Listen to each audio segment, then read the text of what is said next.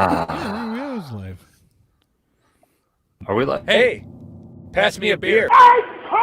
Look, at least promise me you won't drink. Alcohol always leads to trouble. Hey, who wants to play Drink the Beer? Right here. You win. All right, what do I win? Another beer. Just have a cup of coffee. There it is. Coffee? Beer. I'd kill for a beer. Cheap beer and a sympathetic ear. Step right up. Oh, what's up, everybody? Thanks for joining the Beard House Podcast. How's it going this evening? And, of course, I'm Adam, your lovely, lovely host with the two idiots that I normally am with. Love you guys. Chad, hi. Hi, AT. How you doing tonight, my friend? Good. Jake, hi. Hello. That was a very nice introduction, Adam. Usually you're much meaner. I know. I tend to tone it down. And, of course, joining us tonight after a 3-hour marathon live stream last night, Rod J. Steve decided after last night, yeah, I think I'll come back. I'm up for more punishment. We're all shocked. Yeah. I was expecting an email today. Yeah, not doing it. But no, I'm joking. What's up, Rod? Thanks for joining us, man. What's going on? Thanks for having me. Okay, Chad, go ahead. No, I was gonna say last night's live stream was awesome, and a special shout out to you, Rod. Your laugh is intoxicating. So I'm looking forward to this podcast. You just seem like a really fun guy. I'm a really fun guy. Yeah. So. Wow, that's crazy. Usually I get infectious with the laugh, but yeah, it happens. Yeah, I don't know. It somehow sticks with me. So enough shit in the world. If you don't laugh, you're going to be crying or ready to kick somebody's ass. So I laugh. The dogs agree. The dogs agree. There we go. Well, now we're going to get rid of Chad. There we go. Oh, I don't like that view. We'll go here. Chad will catch us up when he gets back, but as we always do, is go around the horn. And what is everybody drinking? Rod, guess first. What are you drinking tonight? Let's see. So what am I going to start out with? I think I'm going to actually start out with a nice Scotch ale because I had the red ale last night that I'm going to drink. So this is from Catawba Island, Sesh Scottish ale. All right. Cease. Yeah, I don't know. 7% ABV. No, I'm sorry. Yeah, 7% ABV. 18 IBU. They couldn't make it any more smaller. So, right. And then it's they tell you 46-degree temperature. So I'm gonna let this sit here for a little bit because I actually have a cooler and it came out about 38. So does it have a can-on date? It has I'm about dates. Yeah, don't you get you upset already. You know what? This one was actually a 6-pack that I picked up when I went to Columbus as well. And it just came in fresh, but I didn't actually get a date on this one. They're out of Clinton, Ohio. And because talking to the person there, she had told me they had just come in. It was not like the other lady. I mean, I feel like I could trust her a little bit more. But there is no date on it. So that is a pet peeve with no date on the can at all. Yeah, that's no bueno. Jakey Poo. Yes. What are you drinking? I think I see it. I think I know what it is. You know exactly what this is. I have a Space Coast. Yummy dummy. This is 5.5%, but it is a 16-ounce can. So does that mean I add like another % or two if I drink it fast? I don't know. Fantastic. I like it because this is a juicy pale ale, and this is if you have access, I highly recommend. Got the Three Sheeps glassware going, so I'm ready to go, ready to roll. Very nice. I had to send the wife a link. She wanted to watch it tonight from her hotel room.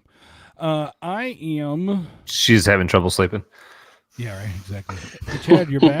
Chad, what's up, man? I'm back. Chad's got a big ass bottle of something. Yes. What are you drinking, Chad? This is a Deschutes Black Mirror.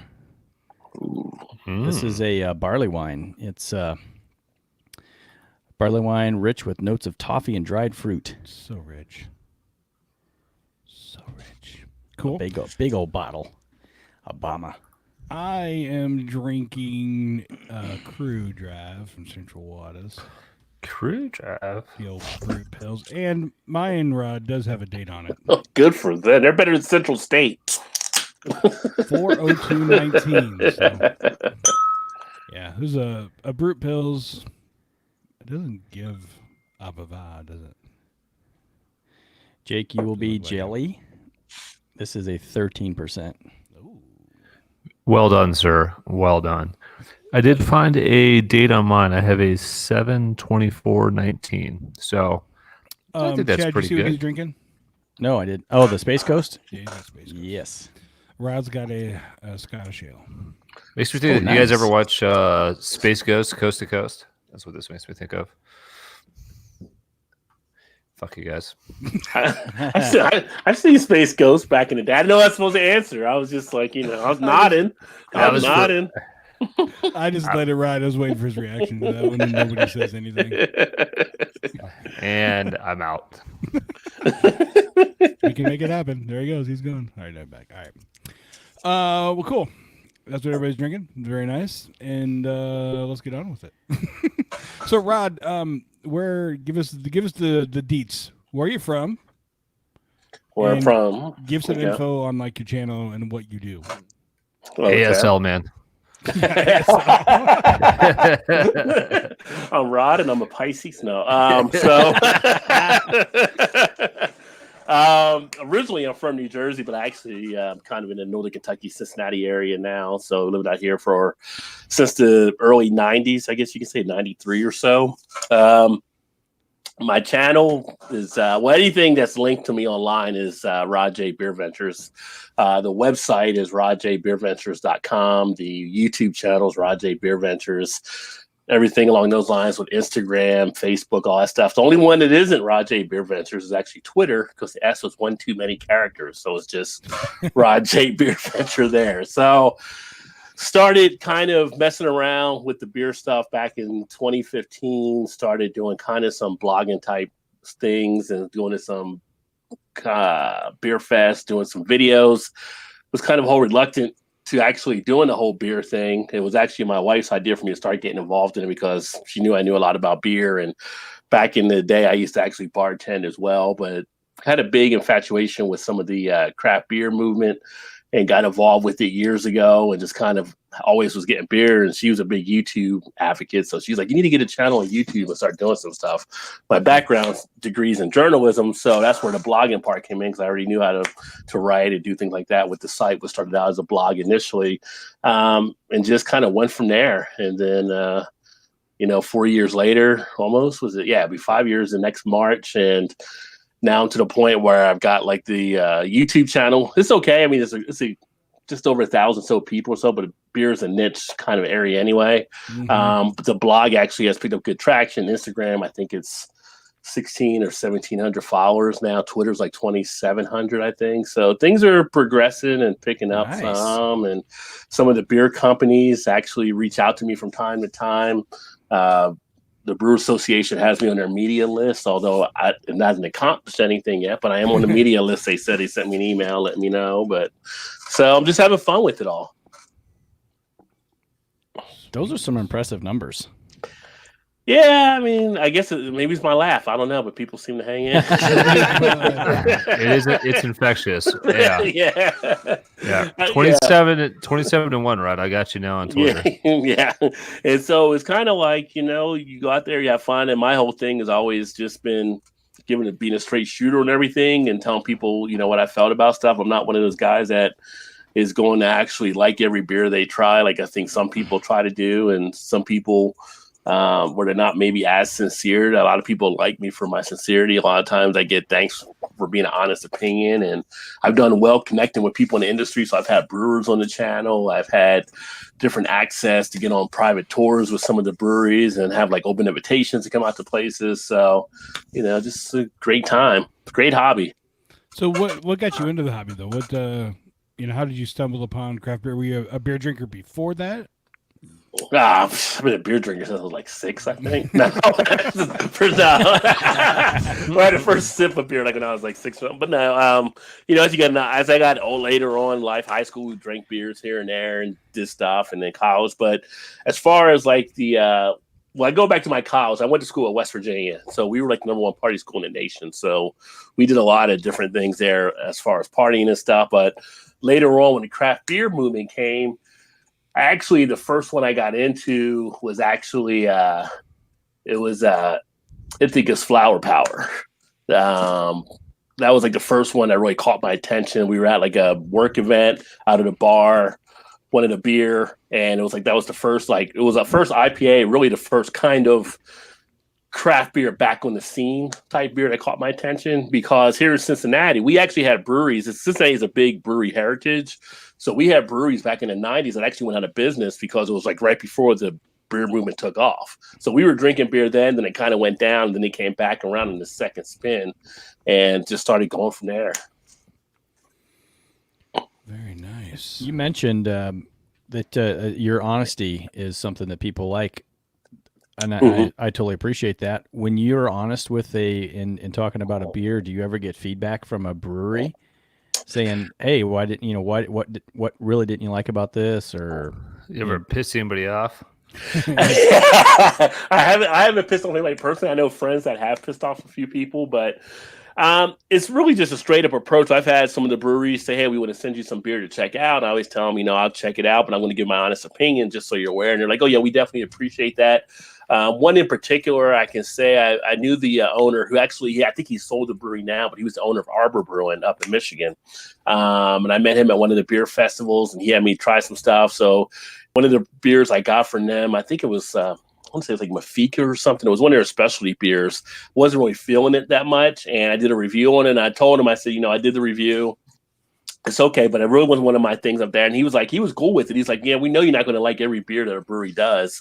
As long as you're like honest about it, we always appreciate that, because that gives us feedback that we can use going forward." The thing that I've always learned from the different breweries and the people that I know that work in the brewery and the marketing areas and stuff like that is they get more upset when people just slam a beer for no reason at all. But if it's constructive feedback, they actually are happy about it. If they say, "Well, no, this one comes out. This one, there's no," like the one we talked about last night, the one I had from Central State, there was no date on it. So why was it tasting the way it was tasting? Well, if I'm getting that buttery type feel, then I know it's an older beer out of date. Now, when our review goes up, that'll be noted in there. But it's like, that's on you for not putting dates out there for people to know when to buy these beers as well. So if you're not going to date it, then so now if I have a beer and I was going to do a review on it, I look at it and I say, well, the date was maybe June 1st and it's like November, I don't usually do a review on that one because it's out of that period. I wanted to taste at the time the brewery wanted them to actually have it taste for someone to drink that beer. But if they don't put a date on it, it's open game, because we don't know when the dates are supposed to be, and that's something they have to learn from that end. But it's usually honest feedback. I do a lot of research into things too, so I believe if you're going to get into the craft, you have to be a student of the craft as well. I mean, I've brewed beer.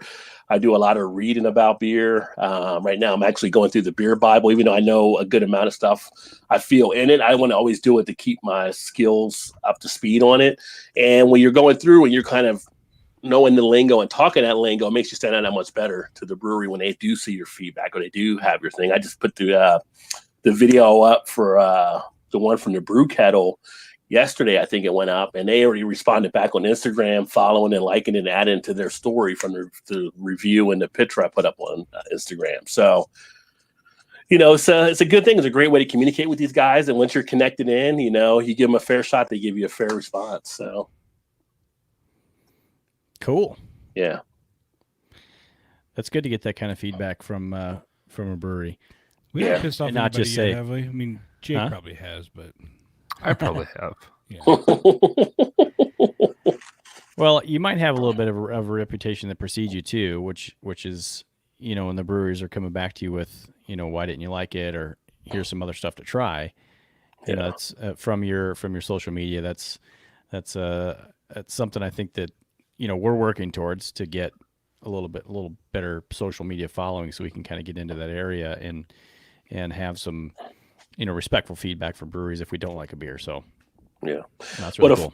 The funny thing is, you talk about you don't even know where your reputation is sometimes with where you're at in the beer world, so to speak, right? So last week you guys had Afro Beer Chick on, and so I was supposed to connect with her. Obviously, with the wrist injury, I didn't get to go to Pittsburgh. We were going to meet up in Pittsburgh and do some stuff, but I was on YouTube last week on another one, and it was Big Daddy Porter's channel.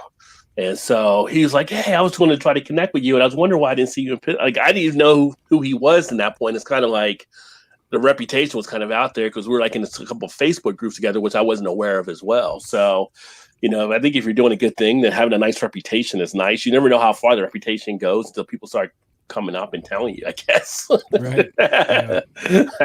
I got recognized one time at a Subway when I was ordering a sandwich, and some guy was like, hey, what beer are you reviewing? I mean, this is my hometown, like in Independence, Kentucky, where I'm at. I'm like at the Subway counter, and I turn around, and it's like a local guy, like, thinking like, who locally watching? I only have like 1,000 people on YouTube, but a local guy noticed you, and he's like, yeah, I watch your videos from time to time and follow you on Twitter. I'm curious what you're going to do. I like your beer reviews and stuff. And I was like, well, that was weird. That was interesting. And then at the same point inside, you're like, well, that was kind of cool. So.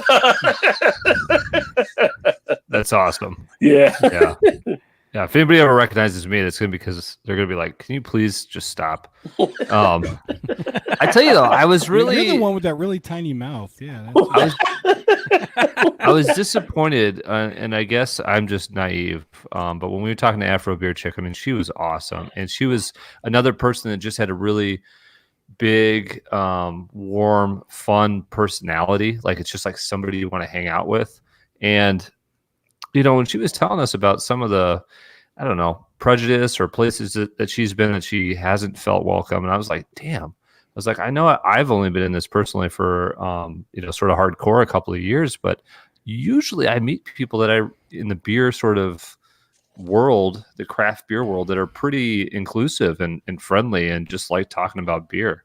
So I don't know. It kind of opened my eyes a little bit that I need to pay a little more attention to other people's perspectives, and that even craft beer is not immune to, people that are not being inclusive and not being friendly.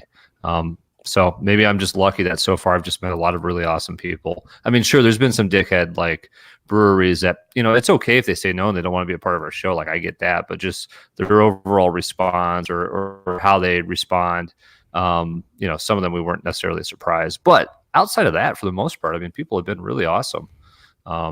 Again, though, I still have a lot to learn. Yeah. Have you run into anything like that in your beer brewery visits or anything? For me, no. Actually, I had.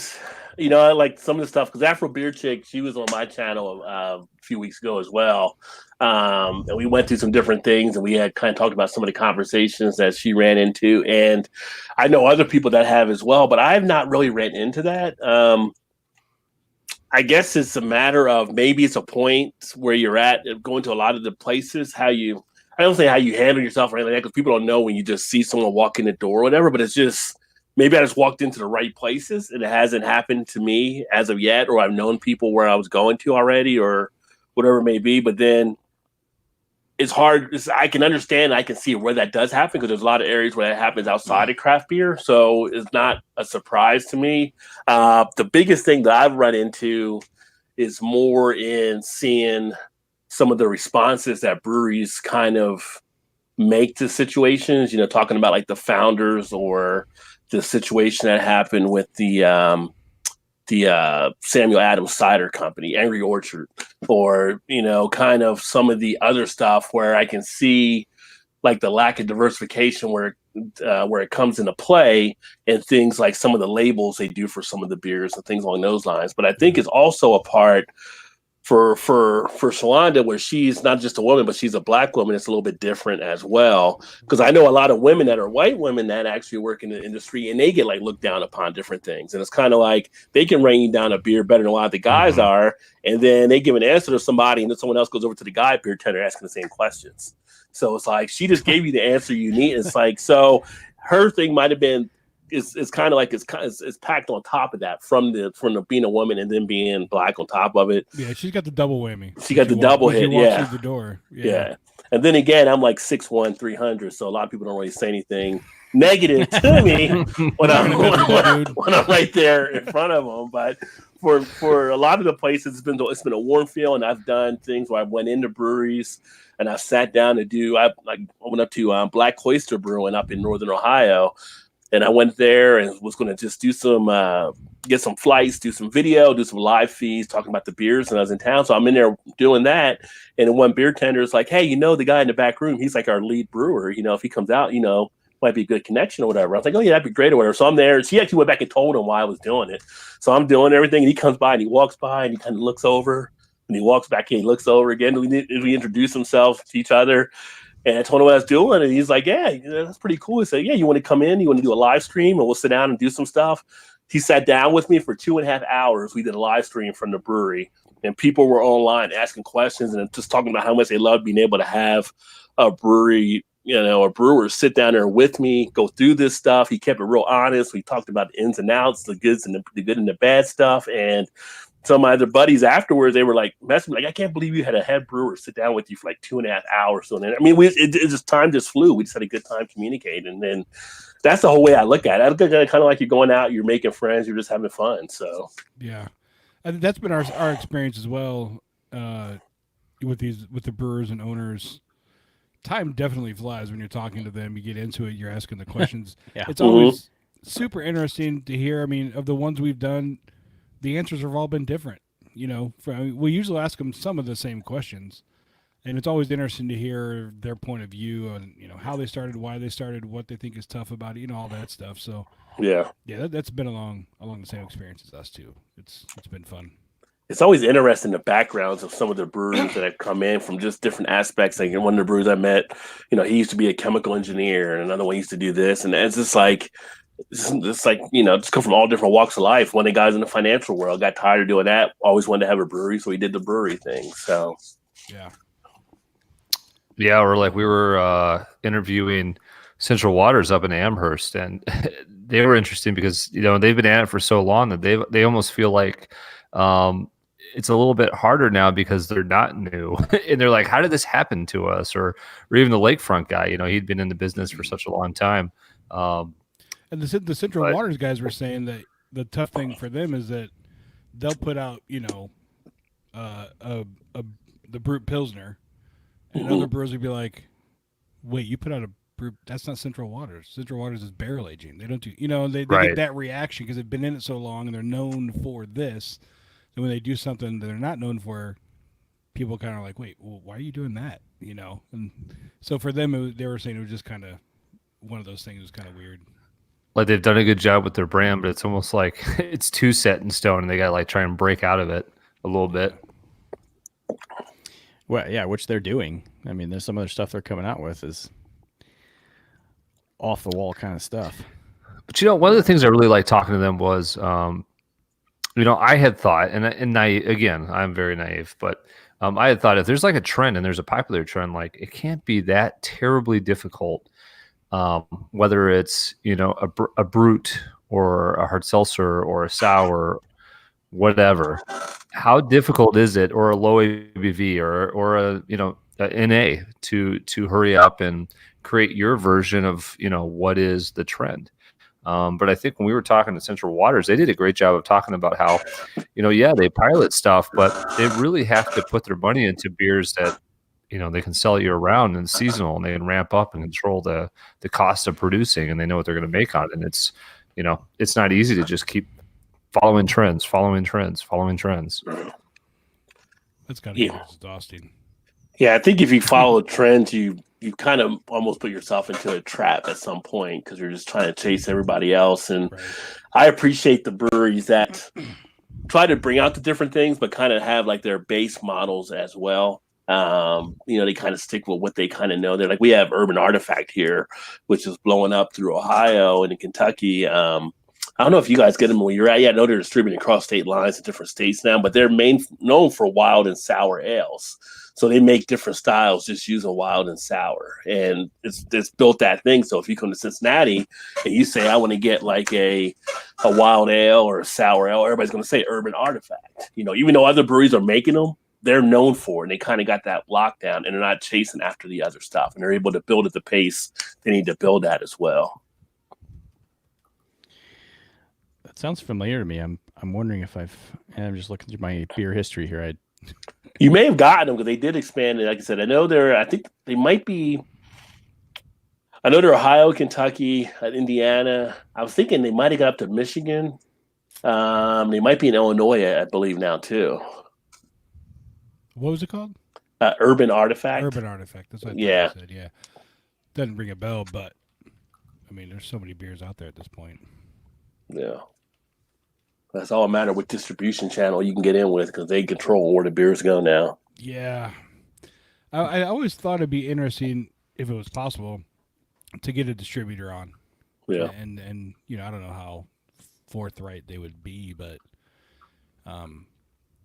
to get at those different levels and even have, we have a guy, Beer Bazaar, he said he would come on, who's a bottle shop around here that, trying to hit all levels, Yeah. I've definitely had conversations with the owner of Beer Bazaar about distributors and, he would much rather get the beer directly from the brewery.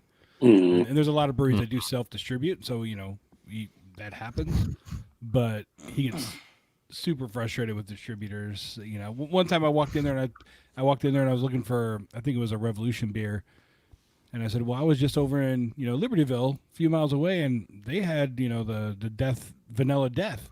Mm-hmm. It's like the distributor told me they weren't going to have any for a couple months, and apparently he has the Lying same sons of distributor as bitches. this guy, so he was like, pretty much he's like, he checked me out and then picked up the phone. I'm pretty sure he was calling the distributor. So Yeah. the I distributor mean, side of think it about how hard it more- is Go ahead, Jake. for him. I mean, he's trying to sell. What makes his store so awesome is the ability to go in there and buy a single can, single bottle of any 4-pack, 6-pack. But as Adam's talking about, like we've been in there before talking to the owner, and he's basically saying how some of these distributors are like working with the mafia, and he can't get shit unless he commits to a large purchase of something else. And if you think about it, I mean, I understand those people are trying to make their money too, so it is what it is. But that's really hard for a business of his size with his sort of business model to continually fight that battle with those distributors. Yeah. Well, I would definitely say if you can get a distributor on you, I did one of our guys locally here, Dina Distributing, I had him on for one of the shows, and we had a great chat about distribution and some of the beers that were under his umbrella and how they have to move things and go through the state laws and all that kind of stuff. He distributed mainly in Ohio, though. He's one of the smaller, newer distributors, but anytime you can make those connections, I think it's great to bring that value and help people understand, because it is that 3-tier system they have that causes issues, although some states are kind of playing around with it now where you have breweries that can self-distribute, so to speak, at the brewery on things too. But it definitely Rod, we've seen some breweries. It seems to us that if you're not sort of a medium large to large craft brewer, is it getting harder and harder to distribute across state and sort of open up new markets? Is it seeming like as we sort of approach 7,500, 8,000, that distributors are pretty locked into the craft beer relationships they've already sort of made in their region and their state? Well, from my take on it, from what I've seen, I would say looking at the way it's distributed, there's a couple of things that work. One, you're having the big boys, AB and Bev, some of these other bigger companies that are buying into the craft beer market. If you can't beat them, then buy them type situation. And when they have that much stake into a distributor, the distributor's carrying the Bud products, plus they're carrying the Natty products, which are under AB and Bev, and they're carrying, Wicked Weed, or they're carrying some of the other ones under that craft part now. Like we just had a platform just under AB and Bev. They have that kind of control. So you got like 20 of their beers on your platform, you distribute to these stores. If they kind of say, we don't want these other two in there, or otherwise you might pull our contract or whatever it may be, you're kind of stuck to saying, hey, we're not going to lose 20 for 2. So that hurts the craft brewer, not along those lines. The other thing is some craft breweries are realizing they can only go so far. And I bring up the point, like when I talk to people like about Tallgrass out of Kansas, one of the things they actually noticed when it was caused them an issue, they expanded so far out in their distribution, they were not getting bought as much now because more people were going local community beers.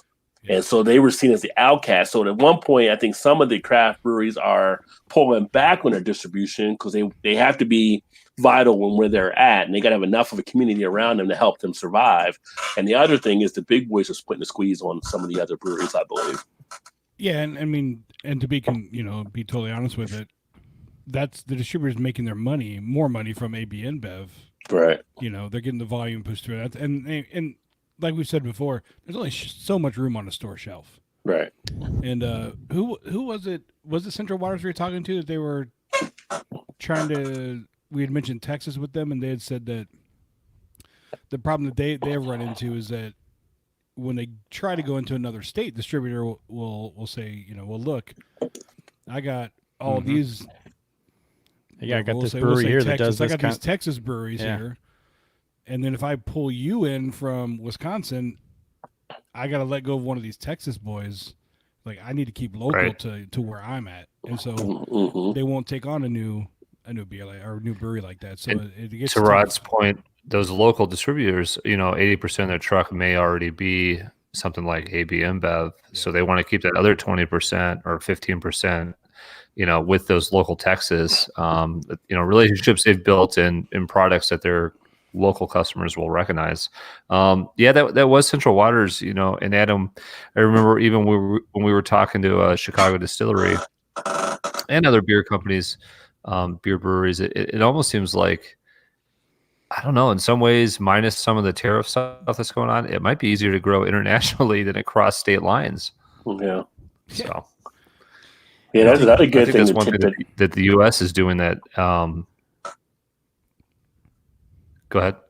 Oh, no, I was going to say, you said that tariff thing doesn't help either, especially for the breweries that we're trying to can, because they're going to get hit again there. Yeah. You think the distributor? I know that it impacted There's a delay on Jake's end, I think. Yeah, I'm guessing there's a delay. Go ahead, Jed. Like he just disappeared. I'm leaving. I'm out of here, boys. You guys keep cutting me off.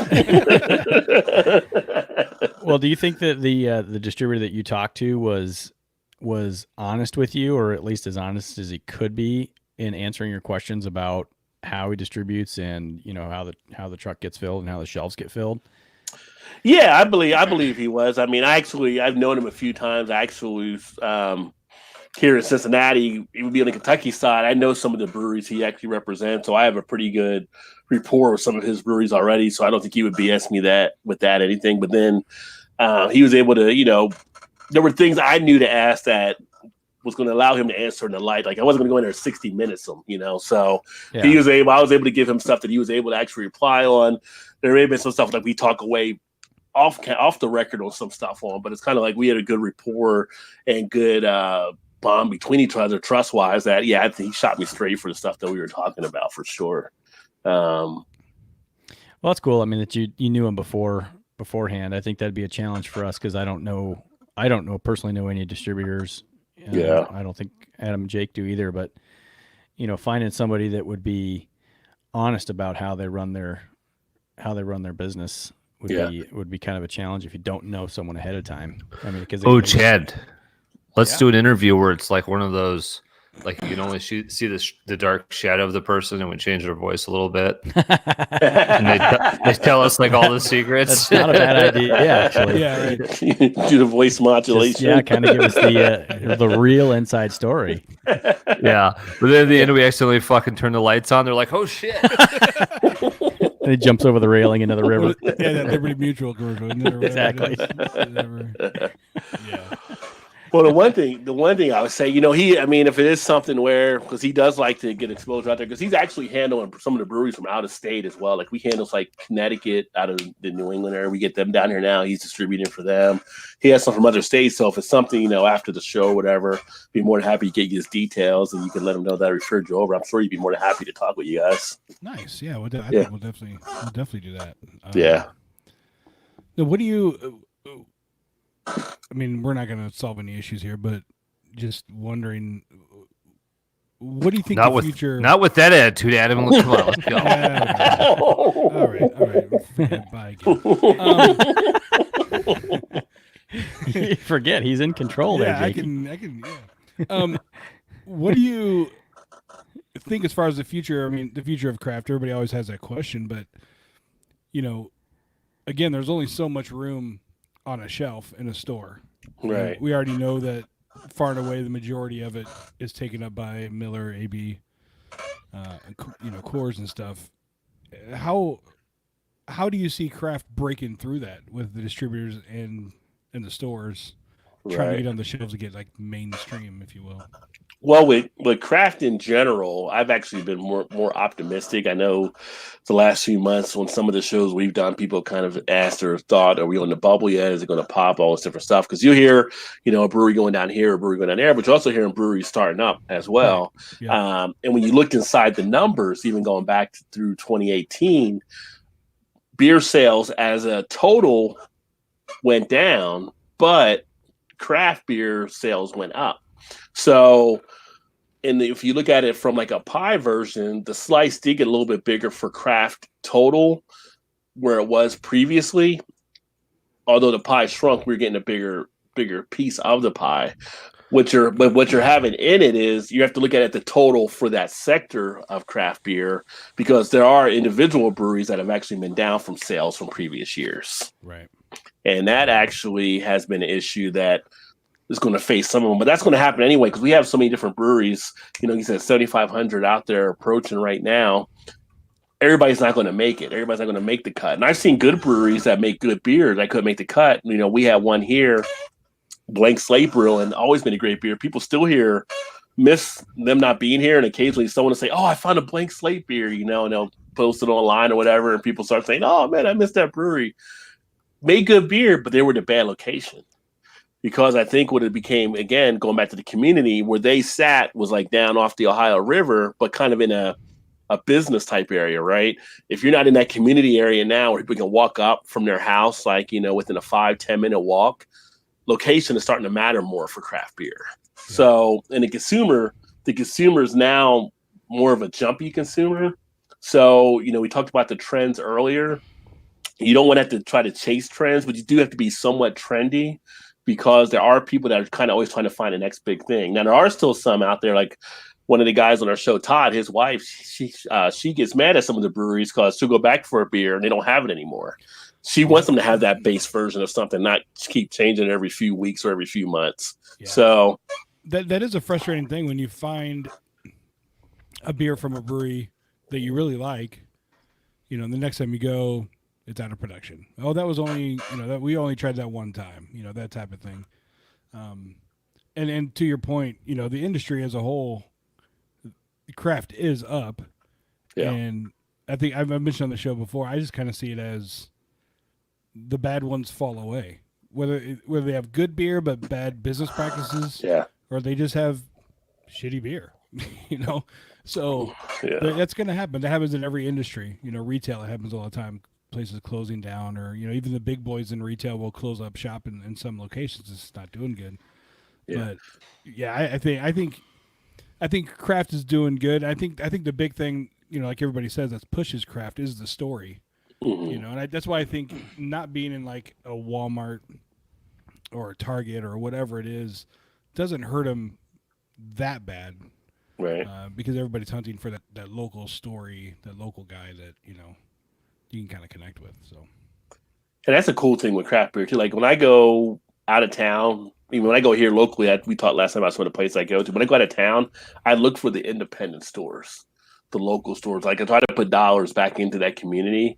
I don't want to go to like the big chain. I mean, when I was in Dallas, I had to go to Total Wine and More because I think that was the only thing open at the time. I was actually needed to make a beer run to bring stuff back, but usually I like to go to those little independent spots, especially if they have like the independent bottle type shops. It may cost a little bit more, but I'm okay with that because I like to have that feel of that community type situation. Helping out the small guy. Yeah. Absolutely. Yeah, I think all of us in the craft beer world are all okay with spending more dollars on the local stuff. Yeah. Afro Beer Chick, she just tweeted that what she paid, how much for the 4-pack was it, 27 or something like that? Yeah. Well, I just paid. Yeah, you did. Last week at Antioch, I paid $30 for that 4-pack of Boathouse. Yeah. Yeah. I mean, $7.50 a beer off the shelf. But isn't it funny though? Like, what did you pay, Chad? 27 or 30? No, 30. Yeah. We couldn't find any cheap. Yeah, we looked for that in other places, Adam. We got that one when we were out there hunting in Crystal Lake. Yeah. They even out there, Chad, at some like gas station supermarket that you wouldn't think would have anything. It was $30 there. Yeah. So I don't know how they keep that up everywhere, but anyways, But it is kind of funny though, like how we look at the prices and we go to buy them at a store or whatever. And granted, you think you're going to buy it to be cheaper, but it's like I can't believe I'm going to pay maybe this or that for that. But then you're at a bar or a restaurant, dinner or whatever. Oh, it's like $9 for a pint. All right, it's going to give me a pint. It's like you don't even think of it. Yeah, and that's for like the regular house stuff, like the light stuff. Yeah. The summer shandy. that's why you just gotta go high ABV, Yeah, And it's like for a bottle of wine that's cheap, a Yeah. good bottle of wine. So if it's a good beer, that's not a bad price. Like yeah, you can't go into like a fancy restaurant and pay $25 for their best bottle of wine, but you could do that for like their best bottle of beer. So, yeah. yeah.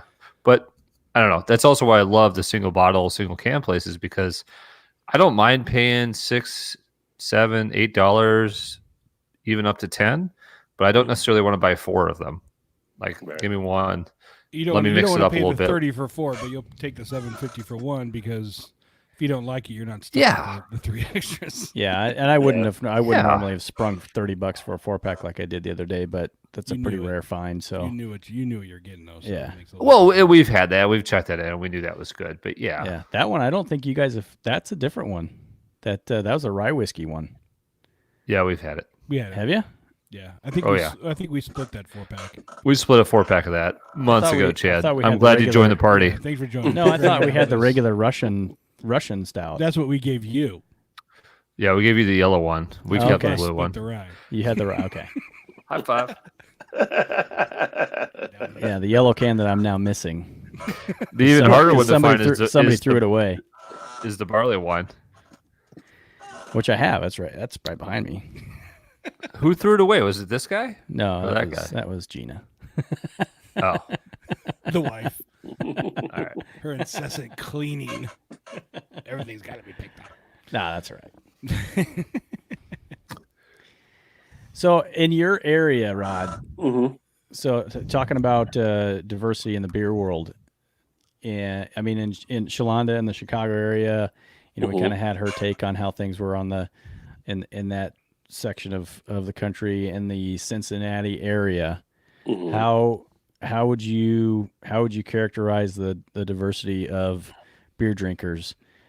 I mean, as a black man going out to a bar or a brewery or anything in your area, what do you see?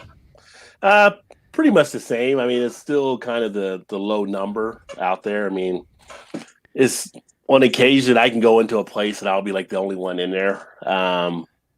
And then some spots you'll go to, depending on the night or whatever, there'll be a few people in there from different things, from different minority groups, from Black to Asian to Latino, depending. So Yeah, It's- and I'm not focusing just on you being a black man, but I mean as far just any minority group, whatever it is.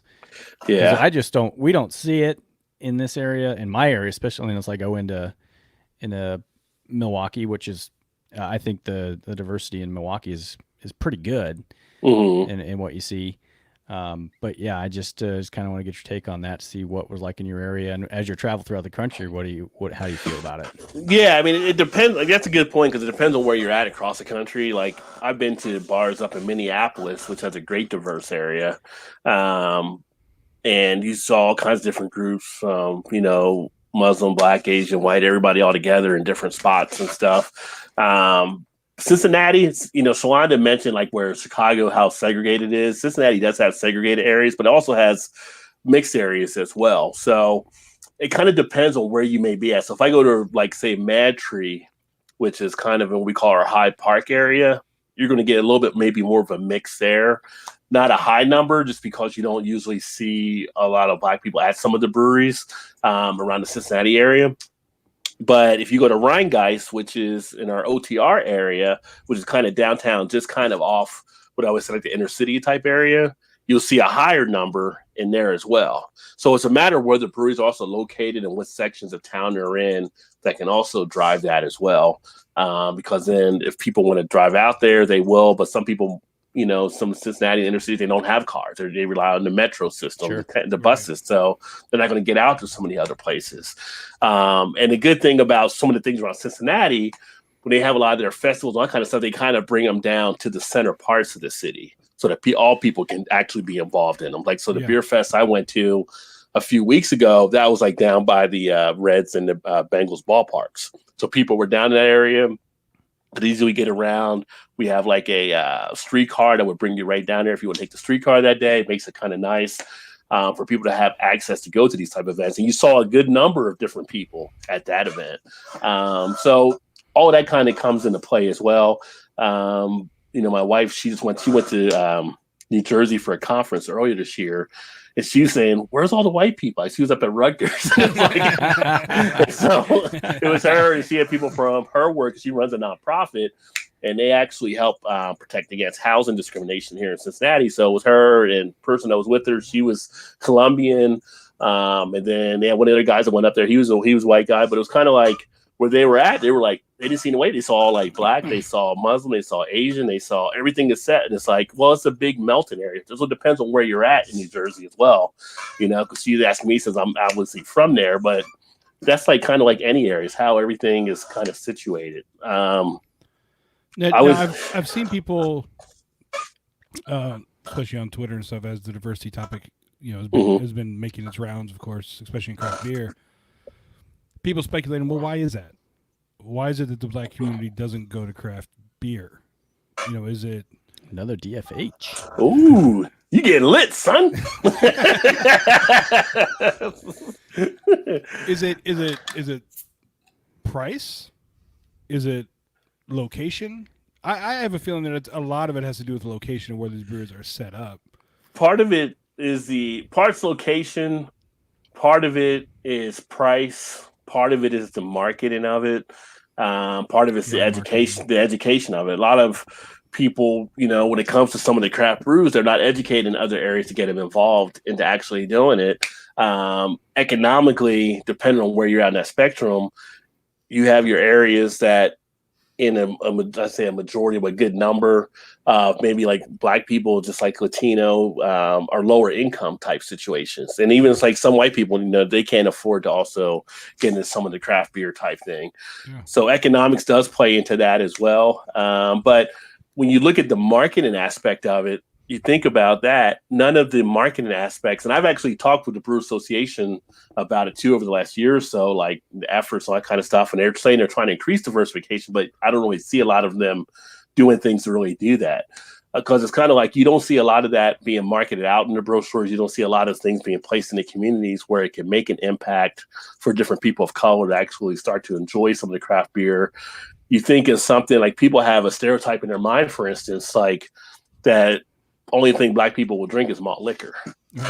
And if you go on YouTube, and I can guarantee you pull up malt liquor videos, 95% are white guys in ski masks that are doing the malt liquor videos. Wait, so if they drink malt liquor, that means they're okay with White Claw, right? That's what right. So it's kind of, but it's been marketed that way, and there was a time where malt liquor was actually not marketed to Black people, and it was seen as this other type of beer, basically, that it was like a different level of beer. You had your malt liquor was a little bit more higher ABV, but before like the 70s or so, and some of the exploitation type stuff happened, a lot of white people would actually drink the malt liquor. And then they came, got marketed kind of in the community with the Billy D and the Colt 45 and some of the other things over the years that kind of made this kind of shift, like, and people's attitudes thinking only Black people are liking malt liquor, which isn't the case. Right. Look at you got like, I don't see a lot of Black people drinking the Beerded.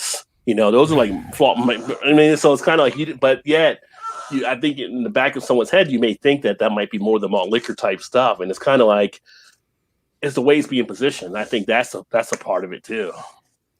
And they are positioned at a lower dollar cost value. So, yeah. It is kind of crazy how we take things, whether it's music, clothing, beer, and we segment it off.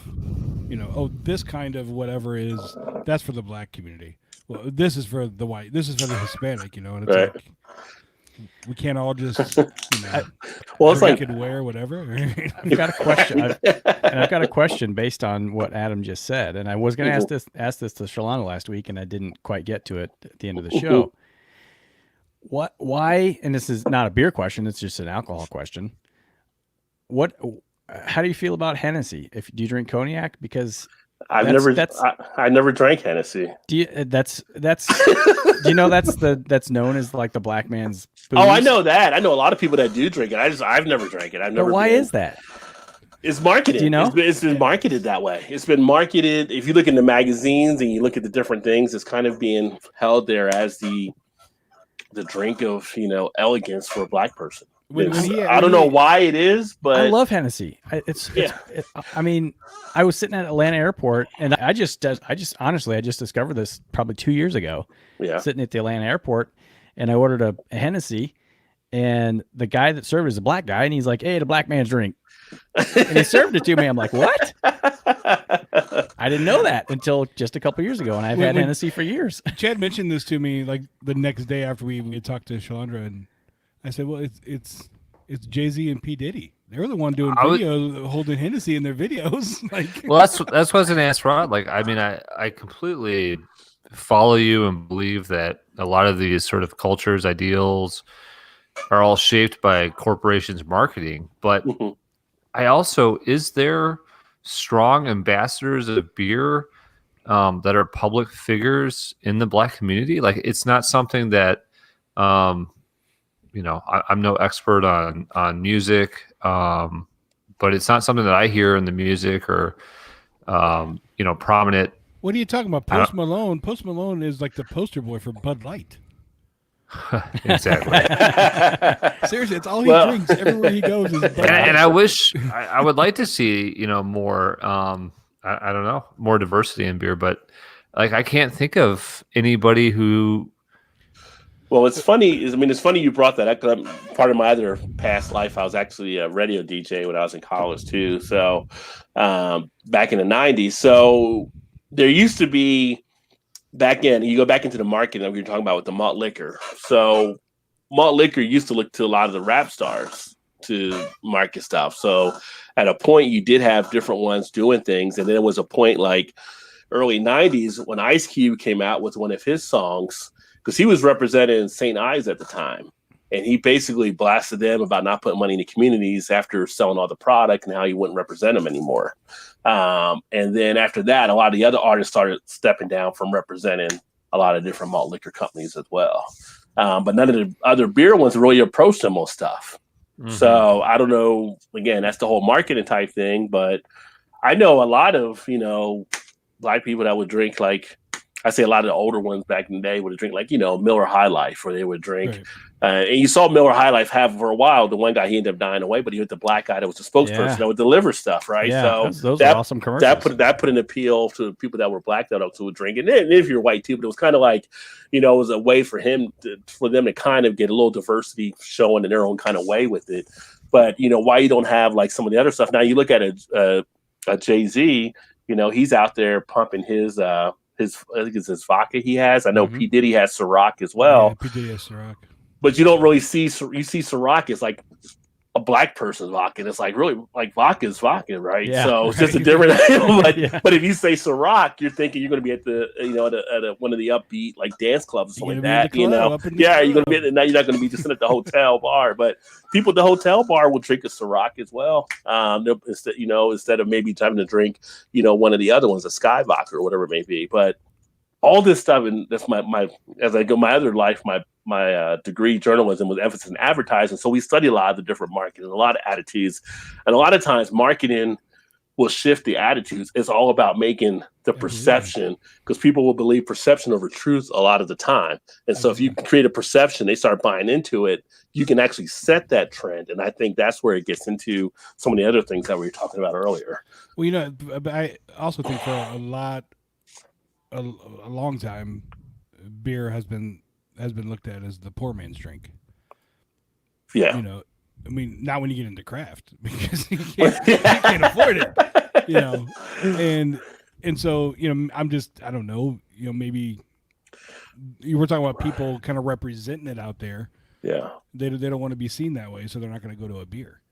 But that's the whole perception thing too. Because Exactly. when It's you all look perception. back historically, when you look back, beer was actually held by a lot of places as being Yes. a high drink. So it was kind of like people would prefer beer over wine. The funny thing I see, like in craft beer, is how, and I bring this up on times talking to people, how kind of women got pushed out of beer, out of craft beer and beer in general, when actually women were the ones that actually created beer, used to be in beer from the whole time, and actually came out.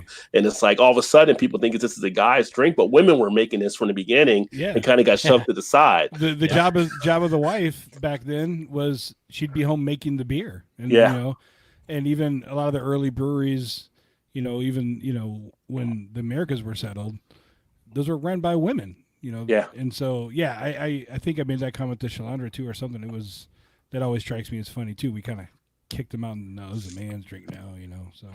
Yeah. And the whole idea of the witch, the idea of the witch, the black hat and the bubble and bull, the idea actually is, many have thought, has come out of actually back when women used to brew. When there would be like a cauldron filled of wort. Witch's brew. Yeah, but that'd be like their wort inside that thing, and women were actually brewing. But this whole, to get women out of it, that also became a stigmatism with it. Right. Yeah, I don't know. It's a little frustrating, I think, to me. That's kind of why I wanted this season of our podcast. We're going to have a lot of women on, and I think it's great to see that there are more women into beer. I remember my wife. I think my wife's a prime example. She wouldn't really touch a beer. It was wine, wine margaritas and stuff like that before. And if she did touch a beer, it was the Coors Light type thing. Right. Her saying was always, the IPA is my second drink, because she couldn't drink it right away. Now, I mean, she has sometimes a bigger attitude toward Coors Light, Miller Lite, and Bud than Jake does. So she always goes for the hazy IPA right away. She always goes IPA. She loves IPA. She always goes for the hazies and stuff like that. So, I think it's a perception that must change for well, I was gonna say for the survival of craft, but I mean just society in general, really. Yeah. To improve upon that. And I'll ask you the same thing I asked Shalandra. What do you think? Well, I told her so I guess I'll say it here. What do you think we can do and breweries can do to? What can weed do? I know what weed can do. And it can do amazing things. Weed can do a good amount of stuff. Yeah. I'm all for that. Yeah. That would be very helpful. Podcast, boys. Here we go. Very helpful in a lot of areas. What can we? I got some shit done the other day. I was so focused. I still, the line from Friday. You ain't got no job. You ain't got shit to do. Gotta get you high today. That's right. Still one of my favorite movies, Friday. Anyway, what can breweries or craft beer fans do to make other, non-white guys, essentially at this point, feel more welcome when they come into a brewery, or feel, more welcome to buy and drink craft beer? I think it's going to come out of more. Well, one is listen. So you got to be able to listen and understand when people are telling you different things and things that are taking place, and understand, knowing that it's not something where you may have to respond, but it might be something where listening and understanding can help to form a solution. Sometimes it's just a matter, as women will say to their husbands, usually, I just want to be heard, right? So sometimes it's just a matter of that being enough to get some of the stuff out there.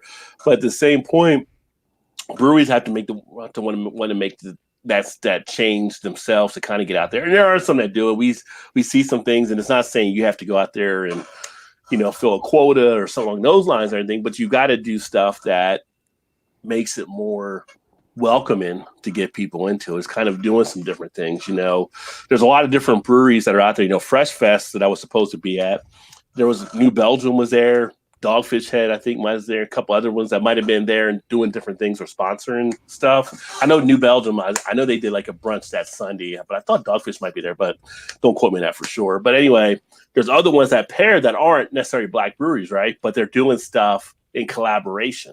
So if like say a brewery is going to have every February, they do Black History Month, right? So if a brewery were to say we're going to introduce, one of the black breweries as a partner for a beer for this month at that brewery, that's going to help bring other people in. Those other people are going to come in not just to get that beer, but they're going to get the other beers you have on hand too, most likely. So being open to those ideas, I always say like marketing is about like focus groups, getting people together, find out what you're missing, having panels that do that. When I sit down, I talk to some of the brewery guys. It's kind of like we hit on different things, and a lot of times there's a lot of head nod and all that kind of stuff. So it's kind of a matter of putting these things together and actually getting serious about trying to make those changes. At the same point, it's not to always just, blow something off like, well, thinking that someone doesn't understand your position or whatever either. Because that like really, I could say, could piss off a lot of people. Like the whole thing, and I don't know if you're going to talk about it now, but like the whole Founders thing. Founders right now is pretty much not being drunk, consumed by a good amount by a good amount of black people. And I've been in other groups where there are like black craft beer drinking groups where someone is posting a Founders and that person gets slammed up and down the thread. Like, what are you doing? It's like, why are you showing the Founders in here? And it's like some people didn't know. They didn't know the whole story behind it. Sure. Now, for me, I'm actually in another group where I actually know the person that filed that claim against Founders, who had mentioned some of the stuff that happened. I also know people that are in Michigan that went to Founders and said some of the feedback they had when they went there and how they were looked at and how they felt they were treated versus what they were seeing other people get treated. So for me, Founders isn't something I would actually bring up on my channel anytime in the foreseeing future, as far as any reviews, anything about them at all, really. At the same point, if somebody drinking Founders, I can't really attack that person for drinking Founders, but for me, that's where my principle actually lies to that point. And I was a big fan of a lot of their beers. I loved a lot of their beers they actually had, but I'm just not. You draw the line at a certain point. Jacob Downey, cheers, Rod. Cheers, Jacob. But. And I talk about Founders, like one of the things I talk about, the whole thing on their situation from the incident, and a lot of it's being more relayed out there now. There was actually a great craft attorney up in New York who was tracking the case on Twitter. And so he was posting all the stuff from the briefs and what they all meant so people could actually follow around on the thread and see what was going on there. Oh, nice. And, some of the stuff he was posting, all that kind of stuff, is kind of like they kind of put that person in a position that pretty much said, if that person were to go in either way, it kind of was going to basically turn him against the rest of the company. So it was almost like he had his hands tied on how he could even answer some of the stuff that Founders tried to put on him. But I look at what they did in that situation versus Dark Horse, who had a situation with an employee that did some stuff. I think it was either on Instagram or Facebook on a post or whatever. And Dark Horse quickly responded to that. And that guy was terminated, basically. It's like, that's not something we're going to tolerate. And when that happened, I was like, wow, any money I was going to send to Founders, I'll send to Dark Horse. I'll get more Dark Horse beers to show them more support. So, Rod, is that the issue? Not so much that something happened, because the reality is probably every decent sized company has some good people and some not so good people and people. So is the reality not so much that something happened, but that they just didn't have a strong positive response to, especially, the black community? Like, is that your issue with Founders? It was the situation that happened, the way it happened, and the way they actually handled the situation, and how they pretty much took the action they took, kind of from everything that I've read and I've seen and talked to people about, how they kind of put it back onto the person that was filing the claim against them. Now, parts of that claim have already been cleared to move forward. So the case isn't over. The judge has already said these can go forward because Founders did not act in the best intention in that judge's belief. So parts of the case are going forward, but there was one part of it and said, well, if we didn't fire the people and we asked the person and they said they didn't want them fired, like, is the person going to say that you want them fired? Because then what? Everybody else in the company's going to be against them. If they say, yeah, I want that person fired. But obviously that person doesn't want to be around those people that attacked them. And a company would not put that or should not put that on an employee. That's supposed to be an HR decision. Mm-hmm. And then they come out and they said they hired a head or a leader of diversity, but no one has seen this person. No one has heard this person. This person has been out there, but they said they hired a person that was supposed to be addressing some of these things. But you would think if you did that, wouldn't you get that person out in the front line on stuff? When you make a big announcement, when you get so it's kind of like they were checking a box. Like, look, we did it. We're good. Right. Like since this person wasn't genuine. I mean, for all we know, he could have been Teo's girlfriend or whatever, Well, let's back up and pause and back up 1 second, because not everybody. Hold on, rewind. Not everybody may be aware of what happened completely. And I'll even admit that I don't know the full story. I remember reading some about it, but I didn't really keep following as much as you did, Rod. So yeah, if you can, in your best ability, summarize the complaint and what happened at Founders, just so people who are listening may not have no idea what we're talking about. Well, with Founders, there was a situation where, I'm trying to put it the best way, one of the black employees there was applying later. He was applying for another couple positions that he'd gotten passed over. He felt that he shouldn't have been passed over on. But at the same point, there was some other stuff that was happening where there had been some comments made about the black person.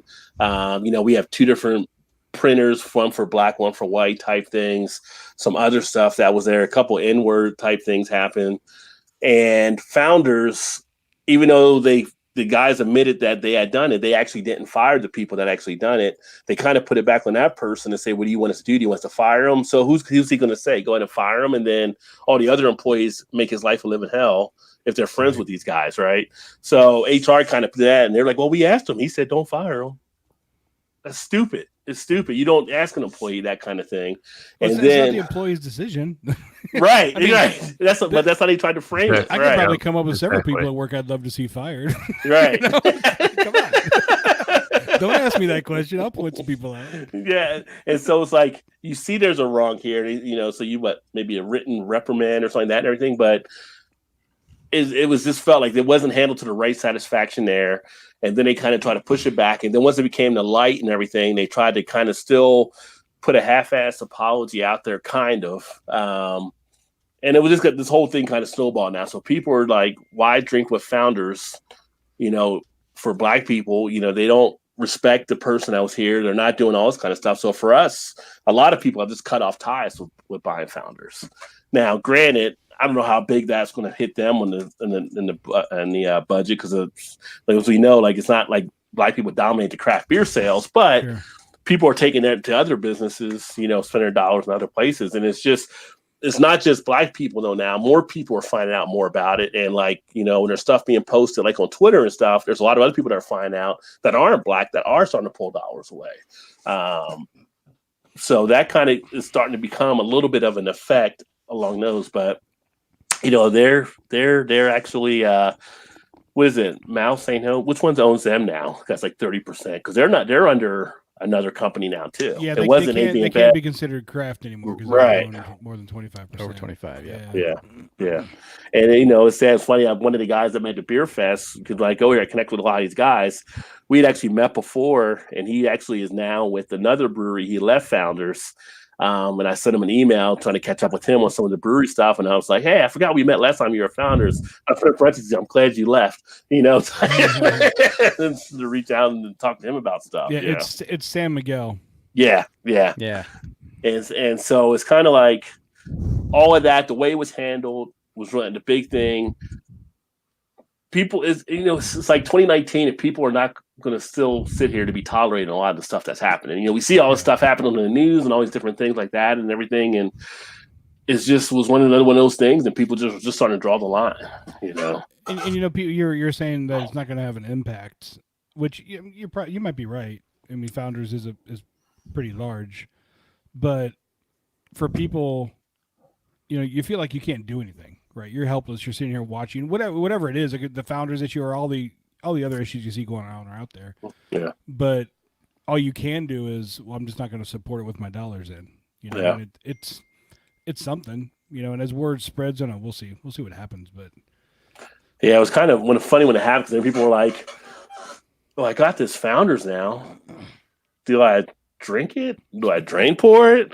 Like, hell no, son. You still drink it. You just want to give them props for it. You mean, Right, yeah, exactly. this ain't like the Nike's going to start burning jerseys or burning anything. They got your LeBron money. left.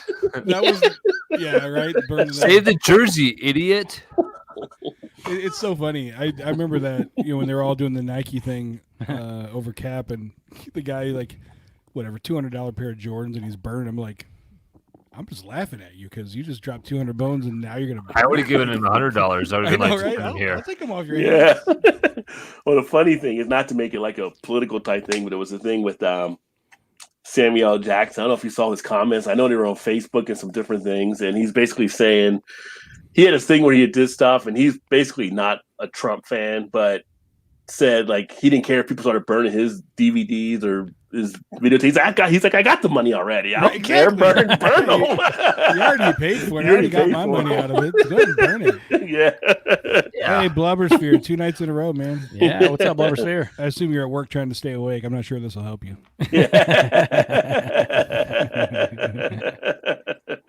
But yeah, I mean, yeah. but you know what? Samuel L. Jackson, he's a different cat. I mean, as far as he's concerned, he's got my support. Yeah. Fuck all these Trumps on this plane. You know what I'm saying? Get them off the fucking plane. But what did you guys think of that? What did you guys think of the Angry Orchard thing? Did you guys talk about that when that happened as well, or? I may have totally missed that one. With the black couple that were like, it was the wedding and the whole thing. I saw the shit that went down at GM, but that's not craft beer. That was a couple weeks ago. A couple went to. Well, it was actually a couple and like 8 of their friends, 6 of their friends, whatever, went to Angry Orchard, and it ended up happening. The guy was proposing to his future wife there. Well, they were there, and then someone said someone told one of the people that he stole a T-shirt or whatever, and so they came over and asked the people. I said nobody stole a T-shirt, nothing like that, and everything. They asked to check their pocketbook or whatever. They did, and they were like, so no one. Then they came back again and did it again, and the group was like, "We told you nobody did anything." They asked the whole group to, and it's like the whole thing happened, and they had like cameras and stuff there. They said, but they didn't check the camera, they didn't do anything. It was just kind of like this whole thing, and then when they were leaving, it was kind of like this happy. The picture they had of the people leaving, it was kind of like a happy, like down in the South type thing when they were happy to get black people off the property type situation. It was really a weird vibe. And so Angry Orchard came out with a big thing about that, apologized that it shouldn't have been something like this happened. All kind of, and it's like, and that's like, and it was again looked at Angry Orchard like an empty apology. It's kind of like, you say this stuff, you kind of do. And they said, well, people have been, they didn't say like fired or terminated. They said assigned or something. They said something that was like, people were like, did you get rid of them? Or are they still there? It's like, and we respond like, if you wanted to do something, this is supposed to be this woman's and this husband's, this man's happiest day of their life. You guys are a big company. You're with Sam Adams, Boston Beer. Y'all should be kicking in something for the wedding. Y'all should be doing something bigger than just trying to release some empty statement online. And people started saying they weren't drinking Angry Orchard because of it too. Mm-hmm. But I never understand not growing your consumer base. I mean, if I was out there producing something, it's for everybody. Yeah. You like it? I like you. Let's go. I don't care what color you are, who you like split it, I like you. You like it? Here you go. You're my friend. Yeah. What the fuck? Now, what do you think? And it's for anybody, not just Rod, but what could? I mean, it may be over for Founders at this point, but what could Founders or Angry Orchard have done at the time, or even now, to win you back? Well, with Angry Orchard, it would have been an easy thing there. I mean, for them, they attacked this husband and wife in their group, whatever. For them, they could have easily, hey, we're going to do something like this. Why don't we put in this amount for this? Or why don't we give you guys a post-reception here? You and your whatever amount of friends come here. It'll be on us to kind of, that could have been an easy resolution to be made on that part after the stuff they went through. We done fucked up. Here, let's pay for your honeymoon. Yeah, we got the dollars. We can do that. With Founders, I mean, it's a matter of, that's a little bit more of a work in progress that would have to take place there.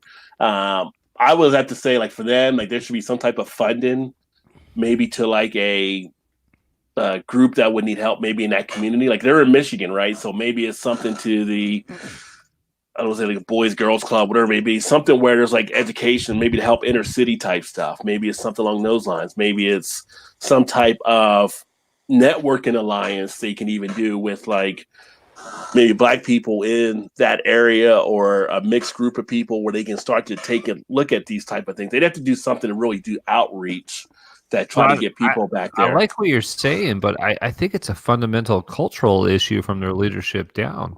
So like you said earlier, what they really need to do is they need to hire some people that are going to be visible, responsible, and focus on changing that.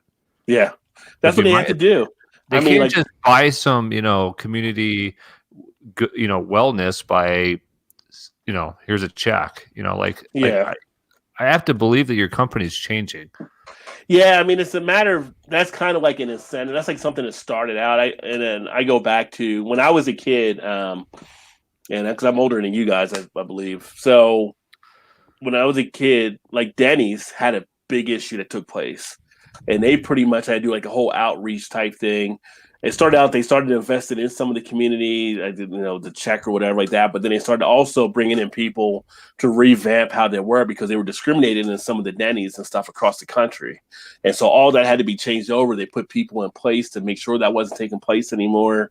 And that whole thing had to be kicked over. So yeah, you would have to do something to get some other people involved somehow, some type of like a watchdog type thing or people involved there to make sure things are being done properly. If you wanted to really look at trying to nip it in the bud. So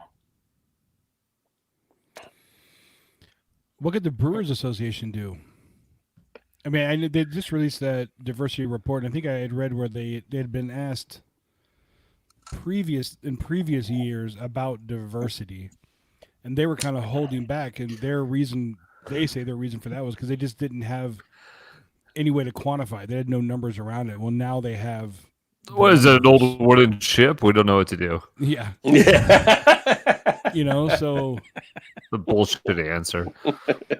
Yeah, the Brewers Association, like I said, I've reached out to them, and it's kind of like the answers and responses I've gotten back when I forgot who the contact was I have for them. I have in my email, and it was kind of like you're not really getting what I'm actually going at on this point, but it's a matter of you need to get more people involved. It's kind of like if you got people that are in these communities that should be a part, you should have like a diversity council or something. You should have a group of people there that will be able to express those things as far as opportunities. For one, that you're missing if you're trying to grow craft beer, you're missing a lot of the different ways to actually do that when you're not hitting on some of these other communities. There's different things that you're able to pick up along those lines. One of the breweries out of Northern Ohio as well, Black Frog Brewing. I know Chris up there, every fall he does a sweet potato beer. And so in the Black community, sweet potato is more common than what it is for pumpkin, right? So how many breweries could actually capitalize in areas where they have more of a Black population if they had a sweet potato beer? That's something they may not have looked at. They may not even know some of these different breweries. So it's a matter of having something like that, having people in as a part of your group that are open to identify these type of things, these type of opportunities that might be out there. It's like some of the stuff that I see on some of the cans that some of the women I know that get offended by some of the stuff. It's kind of like you go back to the whole Brew Dog when they did the pink IPA thing. Great idea and concept, but bad delivery that women slammed them saying, why do we need a special IPA? Because you didn't have the diversity in there with some of these women that it might have mattered. You didn't have the focus group in there. So it's not just a Black thing. It's Black, female, absolutely. Latino stuff. There's stuff you might be seeing on some cans that could offend some Latino population if there's certain things. I know some Latinos are like seeing like sometimes people in sombreros if it's kind of like if it's something like outlandish or something, right? So all that stuff. It's a really sharp edge. Yeah. I mean, people, they have to be really, really careful about it because they think they're putting out like you said, the pink IPA, putting out a product they think is going to appeal to a certain group, but you're going to offend people in that group. Yeah. It's like Todd on our Beer Flow show we do on Thursdays tomorrow night. his wife, she comes on there once in a while, and she was on there a few months ago. And she's like, "You should just do a show dedicated to like women and beer." It's like, I can't do a show just like this. If you want to come on here with me, Shannon, you can come on there with me, and I'll do it. But for me to go out there and kind of do it that way, it could come off kind of preaching to like some of the women on how they should drink beer or what they should look for in beer. Right, yeah. You want to have women on that panel to actually lead that discussion. And she's like, "I don't think you'd be preaching." It's like, trust me, the way it could come across to other people that are watching, you know me, so you know I wouldn't be preaching, but the other people could come across that way. Well, I mean, tell her, send her our way. I mean, Yeah. our next 2 episodes are both with women in beer, and then we have another one coming up too. Ren, who is has the website beerdiversity.com. So yeah, I think, in a way, like some of the cans I see. And saying it that way sounds so bad, but you know what I mean. Some of the beer cans I see. Great segue. the names they're using Love and cans. the imagery they're using, you just kind of sit back and like, what the hell were you thinking? Like, I know you're trying to be funny. A lot of them are trying to make funny jokes, but it's like you can't make a joke at somebody else's expense. When you can't. Yeah.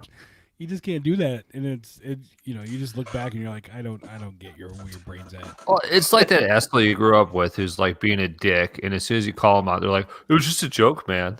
Like no, it's not a joke if the person whose expense it is not laughing. Yeah.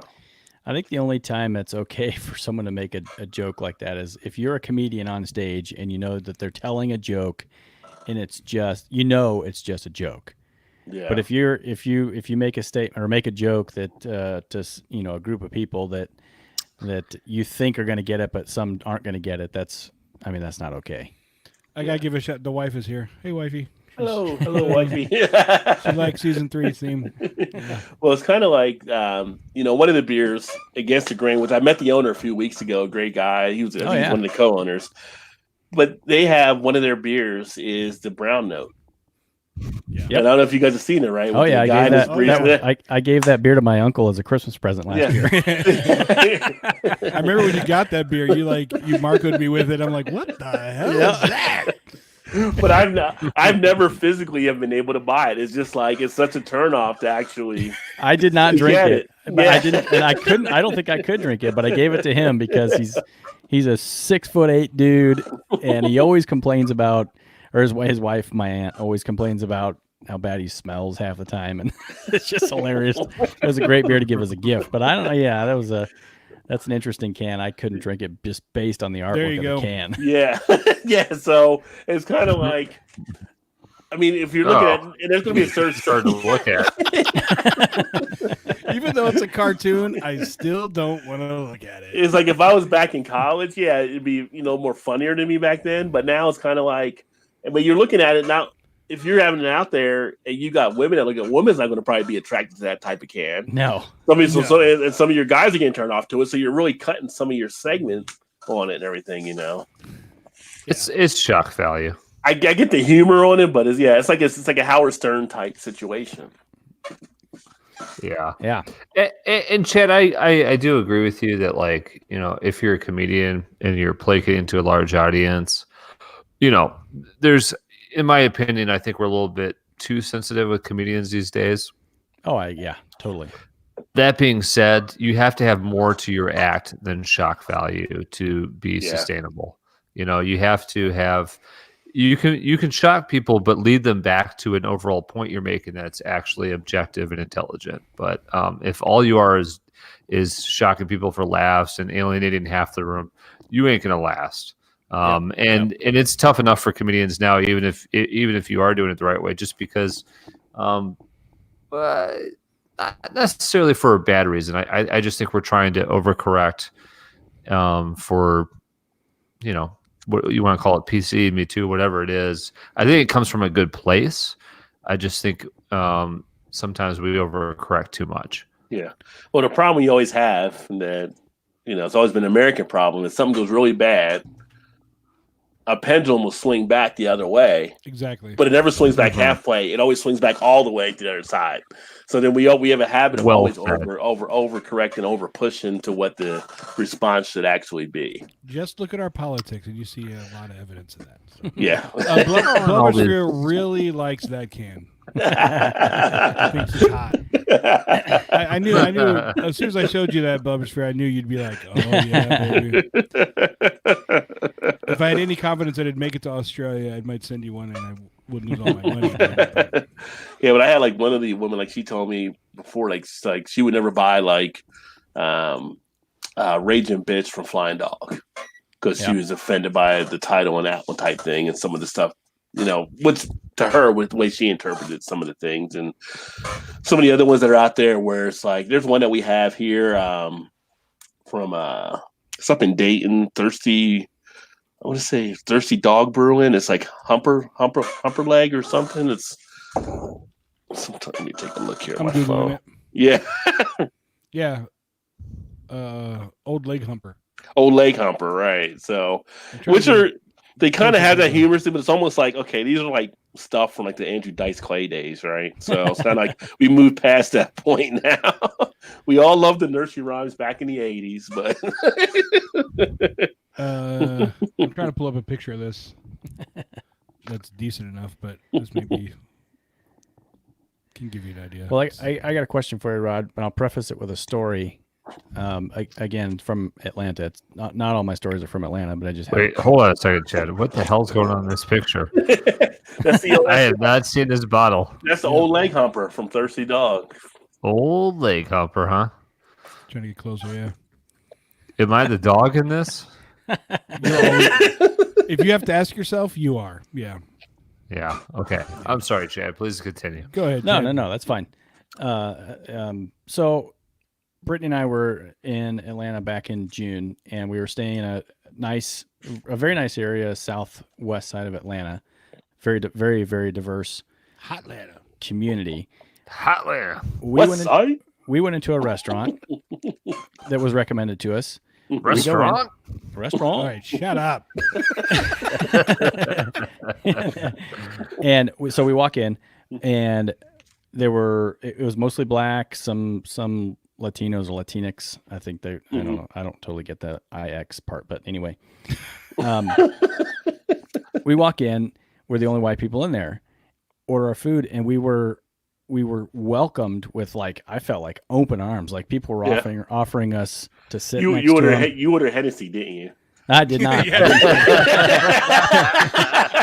Sorry, go ahead. He totally did. Yeah. I didn't. It was lunch, but I had a beer. We weren't going for the hard stuff yet.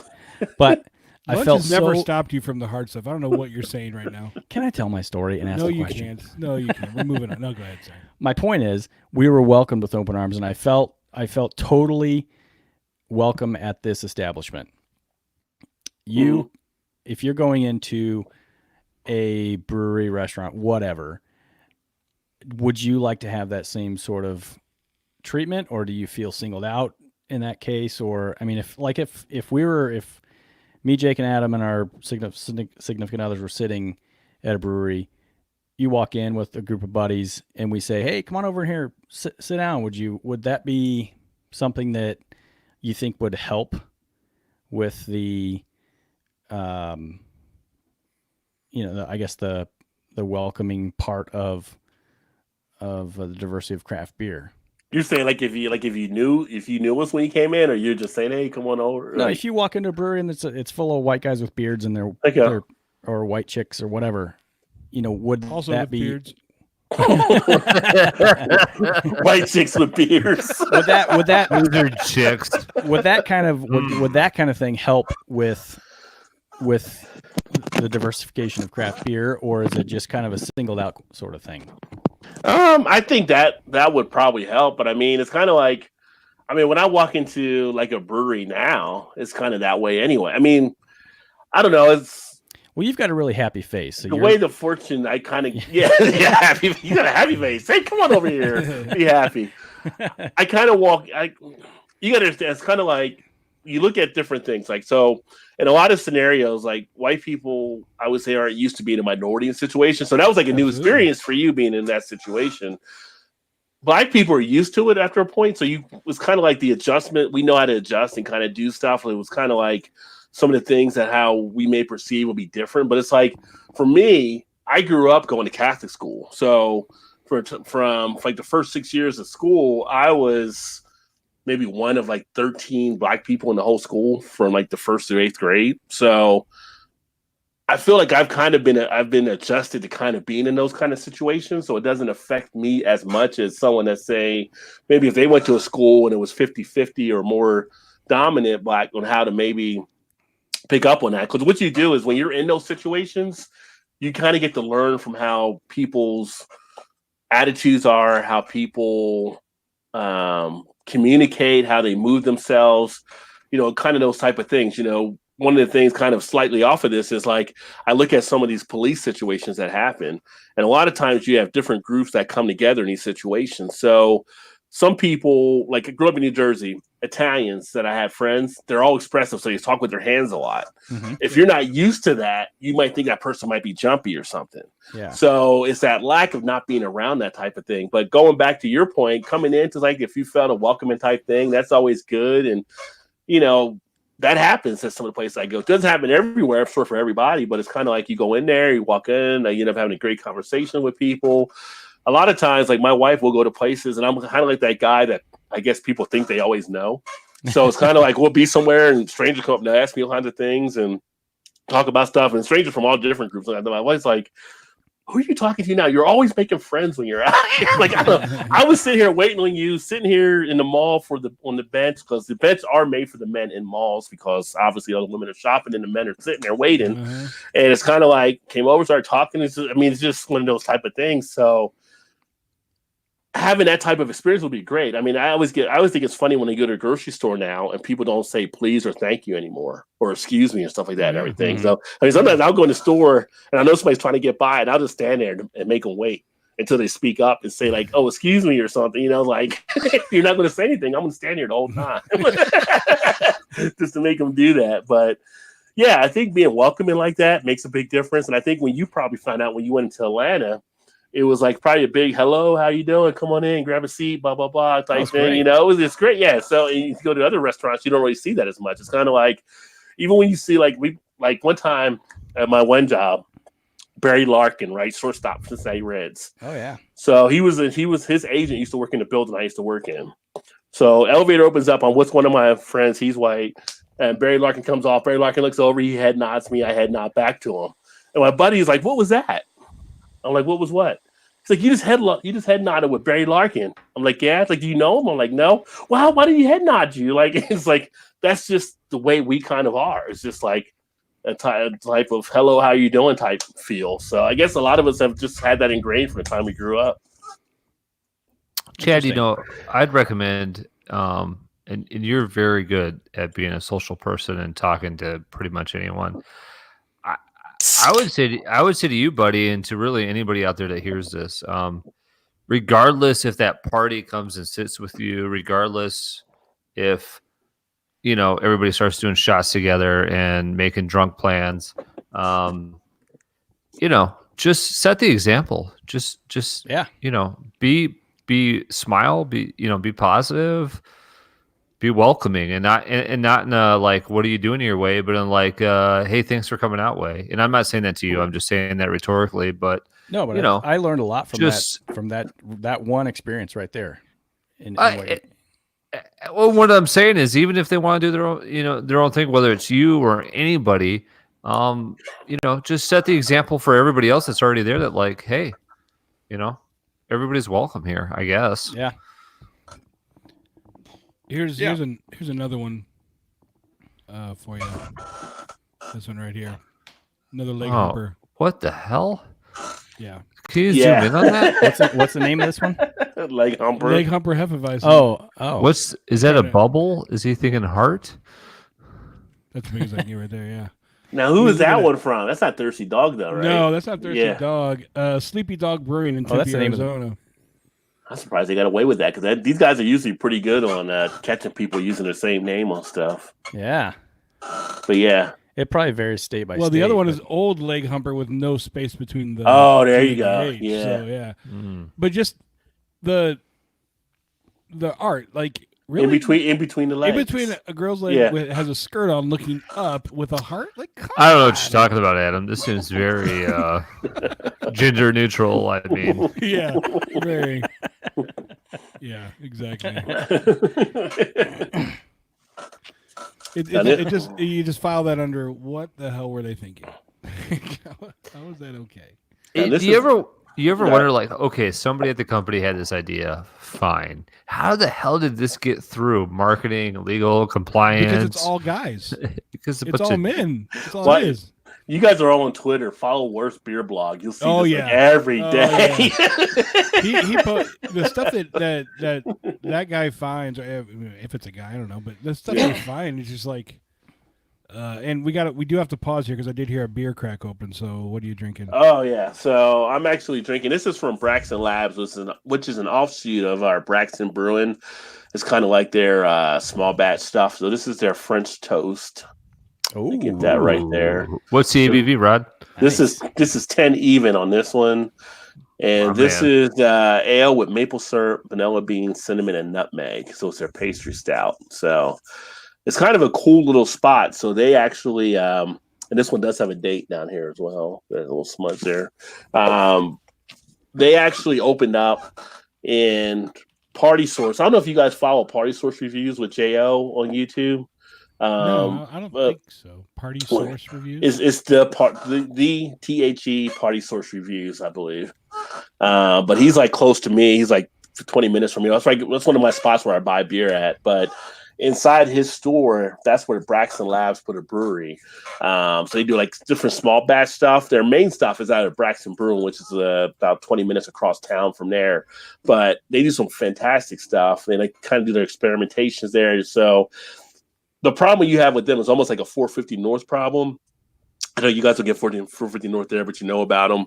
Is that every like few weeks they come out with a new thing, and it's like, damn it, I can't buy new beers every few weeks. Yeah, right. Yes, but this is one I wanted to try because I do like maple syrup and like a nice stout. You know, stout's probably my second favorite style behind Belgian ales. Love a good stout.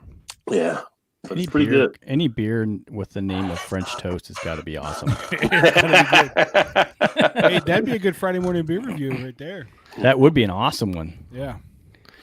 Rod, before we insight, let me ask you: do you have a favorite? You know, it's been a long week. Looking for a drink, but not in the mood for a beer. Do you have something you reach for? Well, no. I mean, usually it's mostly beer. It's funny because I actually have a bunch of liquor bottles behind me. I don't know if you can see them slide this way. I can see them, but yeah, I don't know what they are. Yeah. So There's some Hennessy back there. No Hennessy. So this is actually one. These are actually ones I picked up at the Party Source where Jo is as well. But this is like a bourbon barrel gin, which I've tried, and this is actually pretty good as well. So that one is there, and then we mentioned Against the Grain. This is one that was actually done in. Grab my microphone. My clip is screwed up. Is that booze? Against the Grain booze or something? No, this is actually was a brandy, but it was done in their Bo and Luke barrels. Oh. And so this is a finished in Against the Grain Bo and Luke brandy finished in craft beer, 55.5 ABV, 111 proof. Nice. So I haven't cracked this one open yet. Oh, you can send that to me. Yeah. And then I've got brandy's my go-to. Well, it has been, I should say. I'm getting into bourbons more, but I've got a few rums over there when we went to Jamaica. But this is like something else I picked up too. This is actually from Japan, and this is a whiskey. It's a sherry here. This was a limited one they had actually done. This one was actually usually sold for $87 a bottle. Oh shit! And I ended up, Yeah, seems like to be a thing on this channel after last night. Oh, yeah. Stop teasing us, Rod. Yeah. Come on, I just asked you a question. They the Party Source about a month or two ago, they have a purge sale every year where they have to get stuff out of the floor and get the new stuff in. So that one I ended up getting for like $40. So it was like 50% off on that bottle. It's like I was just trying to get in tails. Like, yeah, you want to get those. So I'm looking forward to trying that one. Blubbersphere says, I think I love Rod.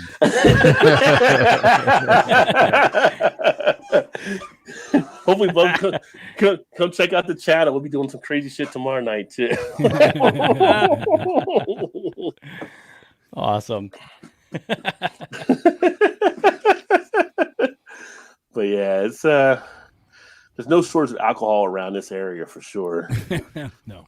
Well, especially like because I live in Kentucky, obviously. So Kentucky bourbon, right? So we have so many distilleries. I'm about 10 minutes from Boone County Distillery, but we have like the Bourbon Trail and stuff around here too.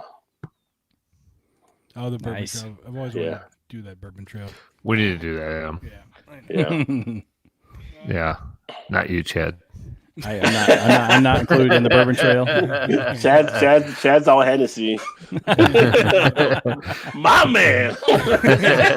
Actually, as far as cognac goes, I'm into Martell right now. Yeah. It's Martell's got some awesome stuff. I don't know why I've never done Hennessy, even like out or anything. I just never really. I know about it. I know people like to try it. And I've actually been out with people that have drank Hennessy, but it just never did it. Well, Rod, thank you so much for joining us, hanging out with us, coming on the show. We really appreciate it. It's been a lot of fun. This is awesome. We Thanks need for to having me. Do it again, definitely. I think we have a lot more to talk about. Oh yeah, and I'm sure your face will end up on one of our Tuesday tap rooms. If you're around. So Please. Yeah, definitely. I just saw what you guys were doing that last night, so yeah, definitely. Yeah, we're gonna check try to that do it out every there. Tuesday. we're trying to do it every Tuesday. Although if we can't do marathons like we Yeah, did the last 3-hour night, marathon is that's a little much. Yeah. Today was rough. I got the stink eye on that one. Well, tomorrow I got the on Thursday night on my channel I do the Beer Flow show with Todd, who's out of Indiana, and Eric, who's out of Michigan. So if you guys are around, we do that at 9:15 Eastern. So Nice. Well, again, let everybody know where can they find you.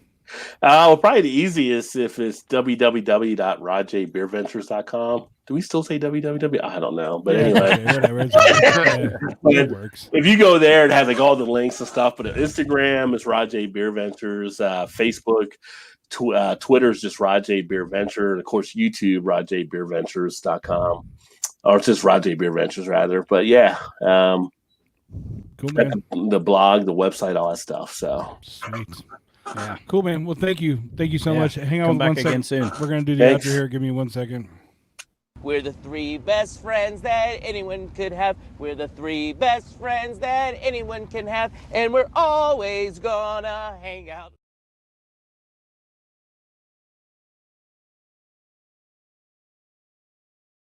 Hello?